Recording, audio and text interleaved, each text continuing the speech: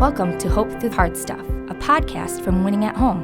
Please welcome your host, speaker, and award-winning author, Steve Norman. Welcome back to Hope Through Hard Stuff. My conversation partner today is Sherrill Knezel. She is the author of a new book that I just finished reading today. It's been life-giving and empowering for me. It's called Heart Speak, a visual interpretation of Let Your Life Speak. And if you're not familiar with Let Your Life Speak, Sherrill will give you a little bit more backstory on that in a moment. Sherrill's a graphic recorder, an illustrator, and an art educator in Wisconsin. She's given TED Talks on graphic recording. And I think that once you get a hold of your book, you're going to realize why her gifts have been such a gift already to so many, and why we're hoping that this story will be a gift to those of you who are listening and people who will be listening in the future. Sherrill, thank you so much for joining me today. Oh, thanks so much, Steve, for having me. I'm really excited to be in conversation with you. Sherrill, talk a little bit about how you stumbled across Parker Palmer's book that was kind of the touchstone or the foundation for this. Absolutely. So my husband's grandma, Jan, was an amazing woman, and I feel like a soul sister of mine in another life. She was a total fan of Parker Palmer. I always joke that she had a crush on him, and she gifted me his book, The Courage to Teach, early on in my teaching career, and I loved it and started following his work. And when she passed at the age of 96, I inherited some of her books, and Let Your Life Speak was among them. And through the years, that little book became such a touchstone for me. Parker's words of wisdom around true self and vocation and calling really just kept coming up and kept being so useful at different times of my life. So that's how I first discovered his work. And then actually for my 50th birthday, I treated myself to a retreat with Parker and singer-songwriter Carrie Newcomer. And I sketch noted or drew out the conversation throughout the weekend. And at the end of the weekend, I said, Parker, we should write a book together. And the words were out of my mouth before I really, realized what I was saying. I think he probably thought, whatever, Sherrill. And we went on our way. And and then the pandemic happened. And I'm kind of launching into the origin story of the book right now. Is that okay? That's perfect. Yeah. And I had been doing a daily drawing kind of meditation practice for several years. During the pandemic, I was one morning looking for more quotes to use. I would search for a spiritual or inspiring quote and draw it out in my style of a little circle and paint it and post it online. And I realized that I had really drawn out about 15 to 20 quotes from Let Your Life Speak. And I believe that everybody has a book in them. And I always thought my book would be something to do with education or graphic recording. But that morning it hit me like, maybe this is my book. Maybe the book is just taking Parker's words, which have meant so much to me, and interpreting them in a different way to bring more people to his work. And so I reached out to Parker and pitched my idea. And as the divine or universe or whatever word you use would have it, he said, Sherrill, it's the only book of mine that I own outright the copyrights to. So I believe that ideas are meant to be shared. So have at it. He said, you may have to jump through some hoops with my publisher, but I can help with that. And, let's see where it goes. So, so I started hand drawing. I picked out the quotes. I had gone through the book probably 4 or 5 times at that point at different points in my life. And I always found myself drawing next to or underlining the same number of quotes. So I went through and picked out about 75 and started illustrating them just by hand. One of the other people in that weekend retreat also had some experience in publishing. So I reached out to him, and his name's Jeff Crosby, and he helped with the book proposal. I pitched it. Parker was instrumental just as moral support throughout the process. We met monthly during the pandemic, which really was a true gift of this whole process. He's in his mid 80s and so generous and hilarious. And and I learned so much through the process of publishing a book, but it really there's been so many gifts from the process. One of them was bringing more people to Parker's work. One of them was really putting something out in the world that I thought might help others in spiritual formation, or just sitting with self and reflection and meditation. So it's been a great journey. I'm so glad to hear you say that. It sounds like it was transformative for you to revisit some of those principles and then reframe them so that a new audience could have access to them. Yeah. Sure, you're pretty candid throughout the book about an experience in your life where your body was telling you that it was time to slow down and reset and recenter. Talk to our listeners a little bit about that. Sure. I am an empath, Enneagram number 2, if you do any Enneagram work, and a teacher and a mom. And so there was a stretch. My husband was experiencing some health issues, and I was not listening to myself and how I needed to support myself. And what during that time, Parker's work, Let Your Life Speak, really helped me through that, in that he talks lots about how self-care is not selfish, and that if we are giving from an empty place, we are no good to anyone. So really, I had to reframe, and I wasn't listening for a long time. And then at one point, and of all places, in a yoga class, I did a forward fold, and something happened, and I tried to muscle through it for a couple days until I teach elementary art. I was, at lunch on a break and in my art room, closing the door, laying on the floor because I was in pain. And finally, a colleague and dear friend said, what are you doing? Go home, rest, and heal. And I'm a teacher, so it was the end of the school year. And if you know teachers, we never miss the beginning of the school year, and you never miss the end of the school year. And I had to go home and miss the last 3 weeks of the school year. Talk about my body just, speaking loud enough until I had to listen. So that created some space to really re-examine, who and how I was moving in the world, what I was valuing, where I was finding strength and inspiration, and how I was learning to receive help. That was probably the biggest lesson. I call them the lessons of the back. Those sound like important ones. Sherrill, you talk about how self-care isn't selfish. And you also talk about how this book was kind of born out of the pandemic. And I don't know what your journey was like, but I know for me, so many of those self-care things, that self-care cans that I had been kicking down the road, the pandemic kind of put life on pause and said, hey, all of those things, whether it's rest or reflection or Sabbath or exercise that you never had time for before, you have time for them now.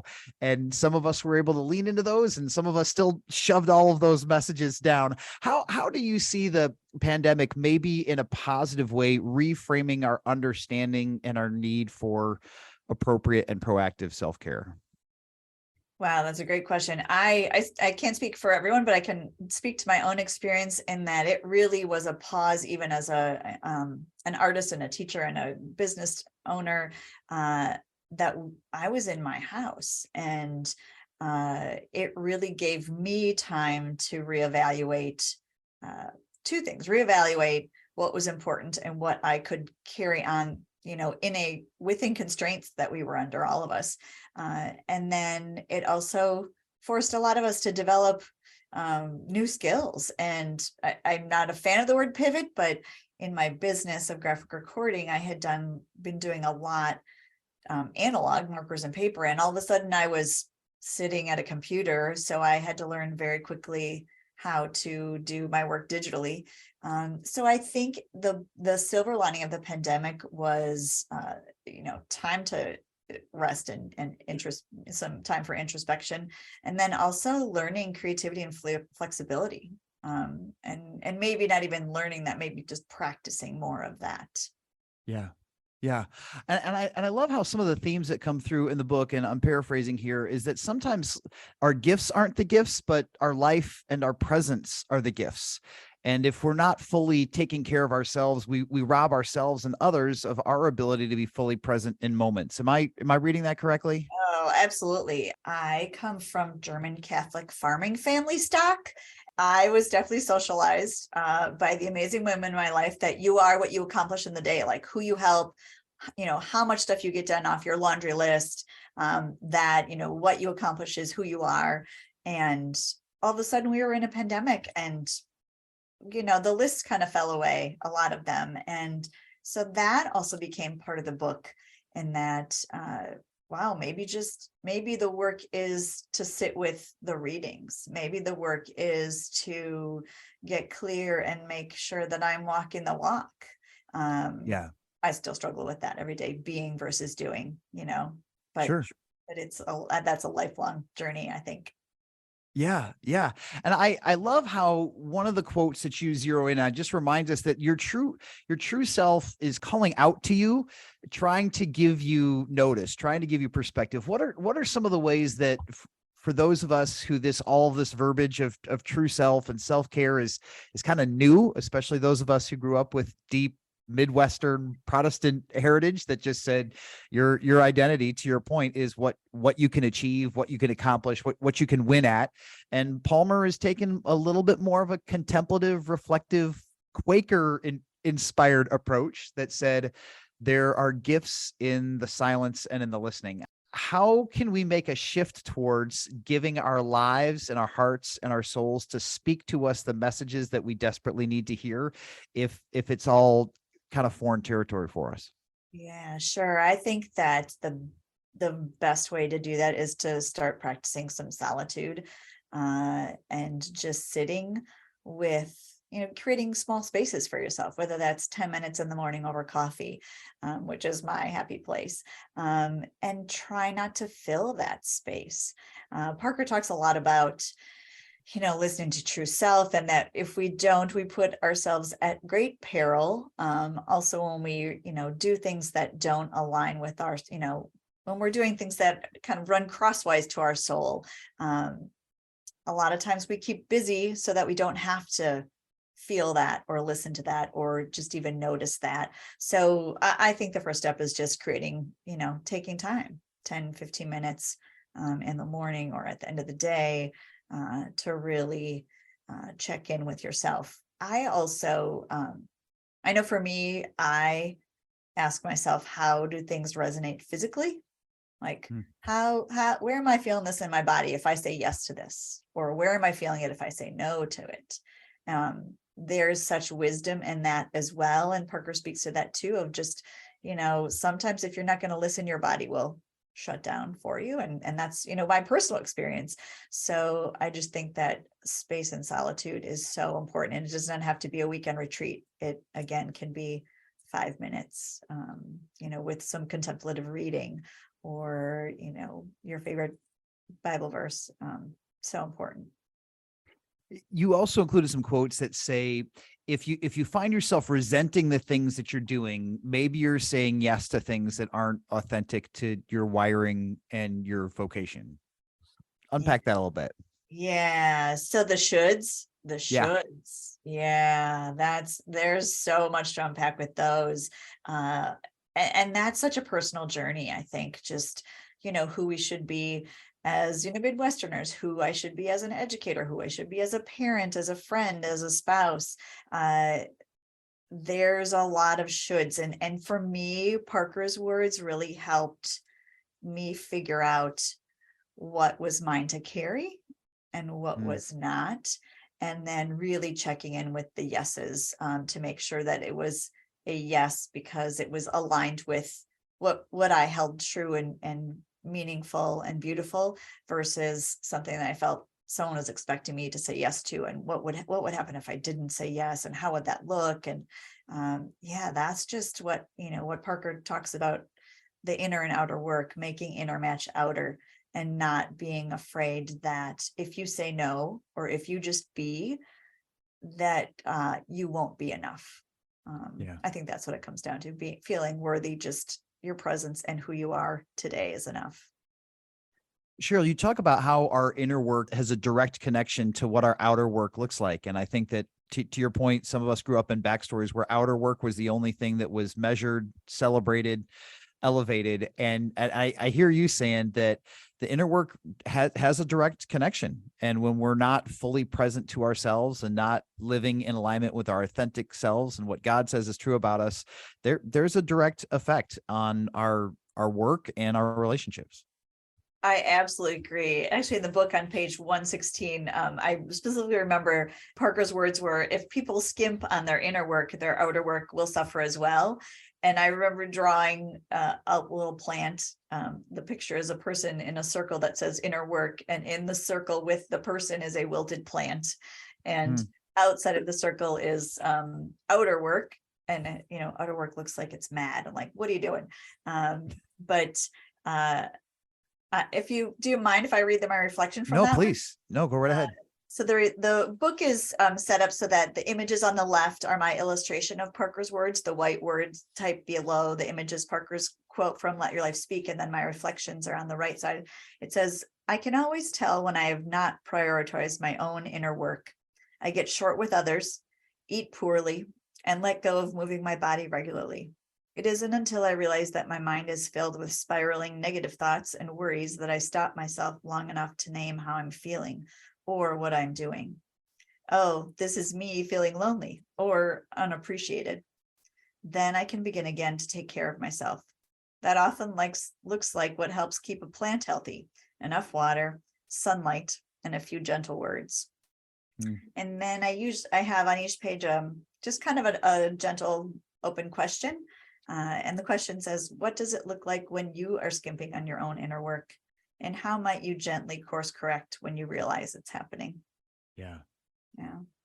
I found that just to be such a gift to me. And I think that one of the things that for me that I was skimping on. So both my wife, Kelly, who's a nurse, and myself, I was working in manufacturing at that time, and I had to be on site and she had to be on site. So like not a lot changed for us during the pandemic when it came to our work rhythms. And I realized that like exercise just kept sliding and sliding and sliding to the bottom of the list. And I got to a point where I was like, well, if I don't exercise, again, this is where the shoulds kicked in. It's like, well, if I don't exercise at 5 a.m., then it doesn't count, because then I'm not doing all the other things I'm supposed to be doing. And long story short, I just finally got to my rhythm where it was like, it's okay for me to get to work at 9:15 on some days. Like nobody's keeping track. I'll make up for those 15 minutes on my lunch hour somewhere else, but to be able to say it's okay. It's okay to giving yourself permission and grace to say, what is a rhythm that is sustainable for me, that gets me what I need, so that I can be who I want to be in the moments that are calling for it. Right. I think that's so wise and courageous, I think, to give ourselves permission, because we tell so many stories that, about who we are and how we need to be, when really, if we dig in and really sit with what's important, we're in the end, we're the ones that get to tell our own stories. So, right. yeah. Right.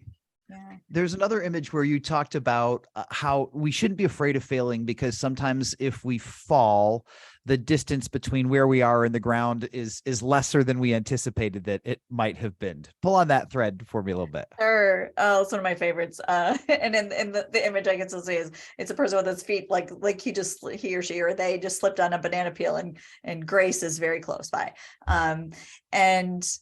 So I teach elementary art part-time still. And literally, if my students leave my classroom with nothing else, I want them to leave knowing how to be comfortable with making mistakes in art and in life. I think that's the biggest life lesson they can learn. And when you allow yourself to make mistakes and embrace those as just another form of learning, does that remove the fear of mistakes and fall into the ground. And then Parker talks about his experience with depression, and that, maybe that's where we need to, can you look at it like it pressing you down to stable ground? And for me, making mistakes, again, is just where the magic happens, where the learning happens. With students in my classroom, when they, rip the paper or get a hole because they've, rubbed too hard with a paintbrush, I usually respond with an excited, like, now what? Like, oh my gosh, now what are you going to do? Or I'll say, oh my gosh, did you mean to do that? Like, look at this, could be this, or this could be that. And if we can, apply that kind of energy and if you want to say excitement to when we have mistakes in our lives, that just changes the whole narrative again. That changes the energy, that changes it for those around us that are in our lives.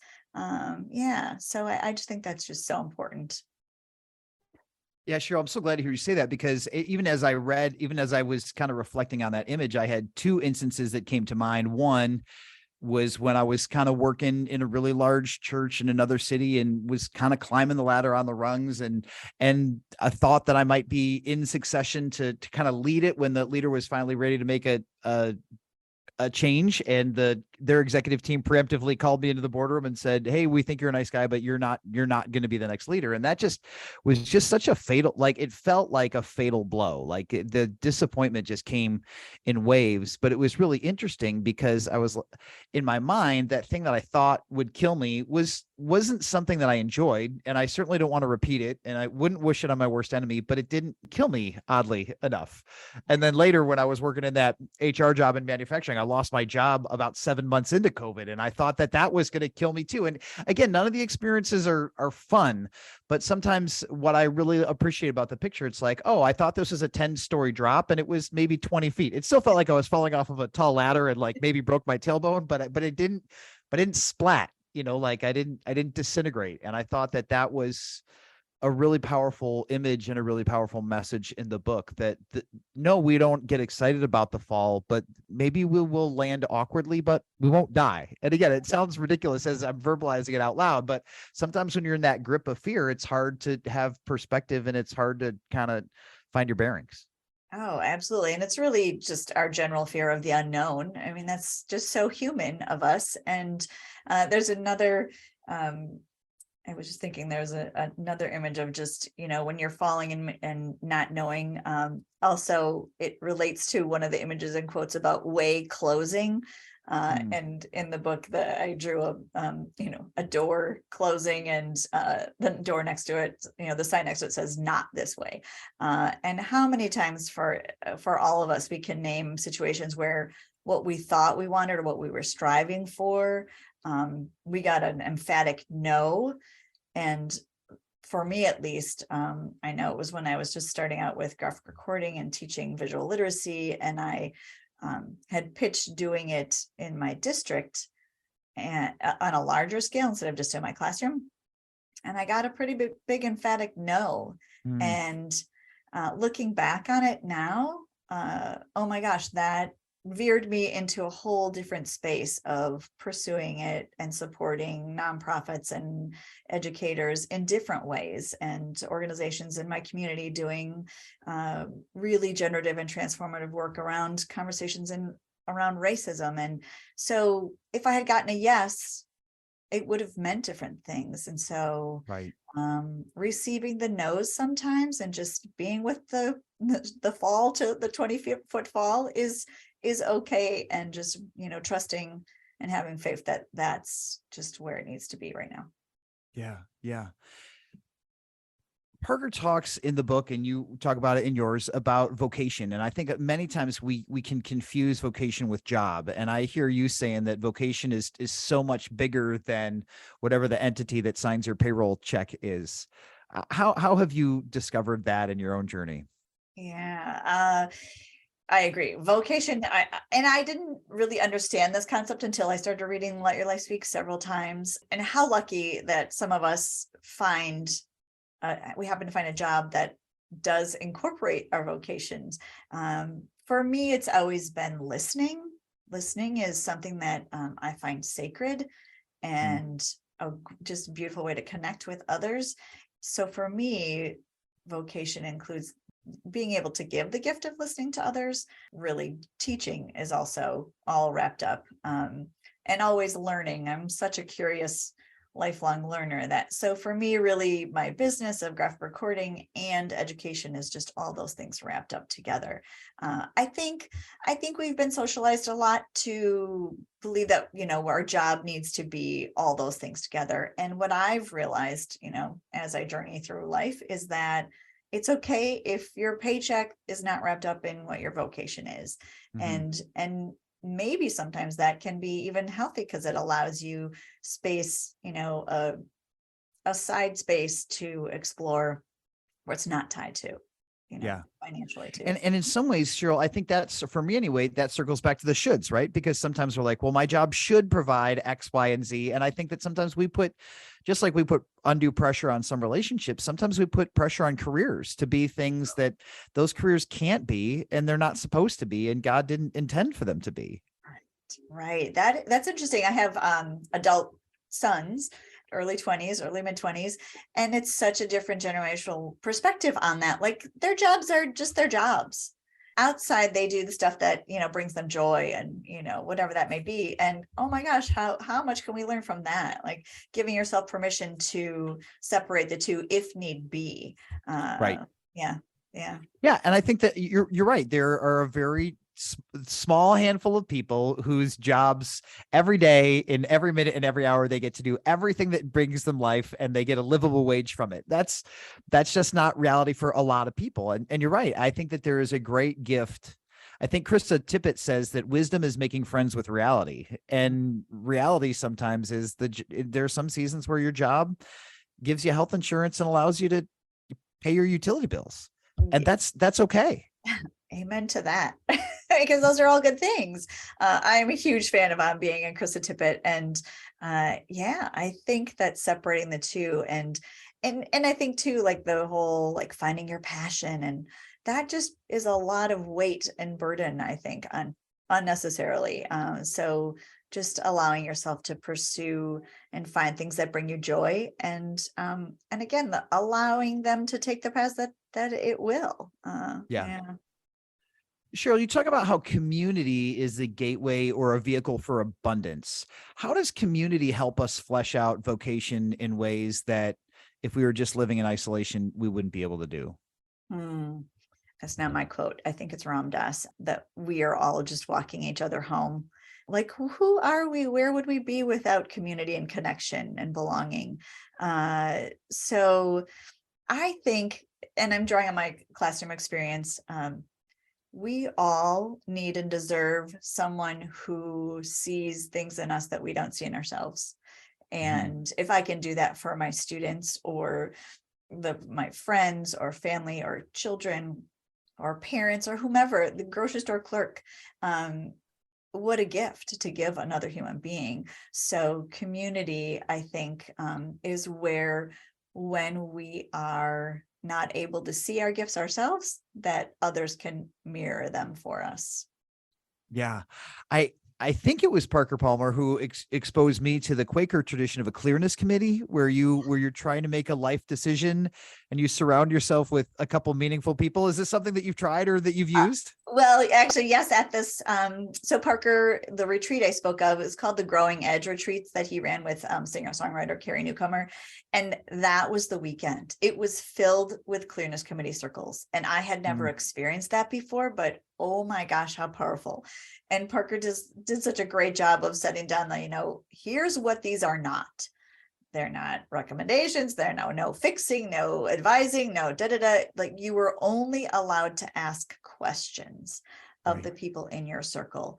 Wow. What again, I keep using the word gift, but what a gift to be surrounded by people who are really there just to help you find your way, and also help you listen to yourself, doing that inner work.